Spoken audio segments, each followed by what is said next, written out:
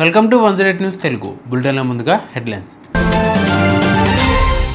Kerala CM కూతురిని విచారించేందుకు కేంద్ర ప్రభుత్వం అనుమతి.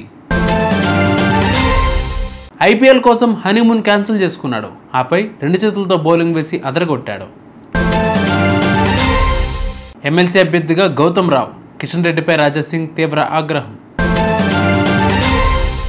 ఏపీ హైకోర్టులో రామ్ గోపాల్ వర్మకు ఊరట. కేరళ ముఖ్యమంత్రి పినరయ్ విజయన్కు కేంద్ర ప్రభుత్వం షాక్ ఇచ్చింది. ఆయన కూతురు టి వీణను విచారించేందుకు కేంద్రం అనుమతిని ఇచ్చింది. కొచ్చిన్ మినరల్స్ అండ్ రూటల్ లిమిటెడ్ అక్రమ లావాదేవీల్లో ఆమె ప్రమేయం ఉన్నట్లుగా ఆరోపణలు వచ్చాయి. కంపెనీల చట్టం ఉల్లంఘన కింద ఆమెపై కేసు నమోదైంది.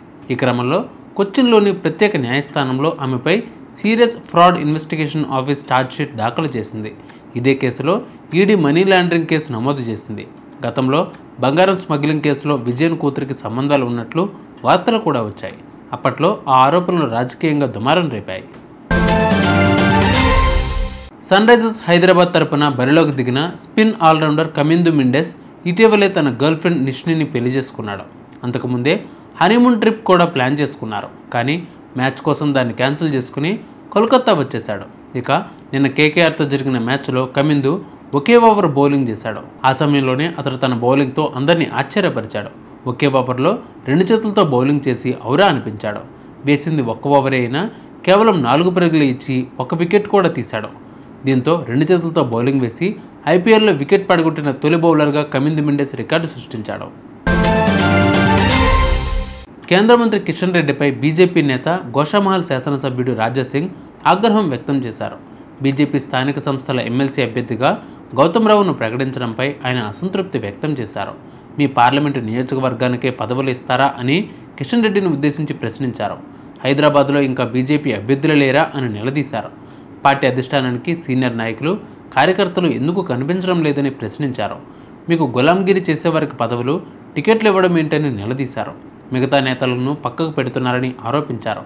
కాగా హైదరాబాద్ స్థానిక సంస్థల ఎమ్మెల్సీ అభ్యర్థిగా గౌతమ్ రావును అధిష్టానం ప్రకటించింది. మే 1వ తేదీతో ఎమ్మెల్సీ ప్రభాకర్ రావు పదవీకాలం ముగియనుంది. దీనితో ఈ స్థానానికి ఏప్రిల్ 23న పోలింగ్, 25న ఓట్ల లెక్కింపు నిర్వహించనున్నారు. సినీ దర్శకుడు రామ్ గోపాల్ వర్మకు ఏపీ హైకోర్టులో ఊరట లభించింది. AP CM Chandrababu, deputy CM Pawan Kalyan, మంత్రి నారా లోకేష్లపై సోషల్ మీడియాలో అనుచిత వ్యాఖ్యలు చేయడం, మార్ఫింగ్ ఫోటోలను షేర్ చేసిన కేసులో విచారణకు హాజరు కావాలంటూ వర్మకు ఏపీ సిఐడి పోలీసులు నోటీసులు జారీ చేశారు. అయితే సిఐడి ఇచ్చిన నోటీసులను హైకోర్టులో వర్మ సవాల్ చేశారు. ఈ పిటిషన్ను విచారించిన హైకోర్టు వర్మకు ఊరటనిచ్చింది. వర్మపై తొందరపాటు చర్యలు తీసుకోవద్దని సిఐడికి ఆదేశాలు జారీ చేసింది. తదుపరి విచారణను వాయిదా వేసింది. చూసారుగా ఇవాళ బులెటిన్ అప్డేట్స్. మరిన్ని అప్డేట్స్ కోసం మా ఛానల్ ఫాలో అవ్వండి. 108 టీవీ 24/7. నమస్తే.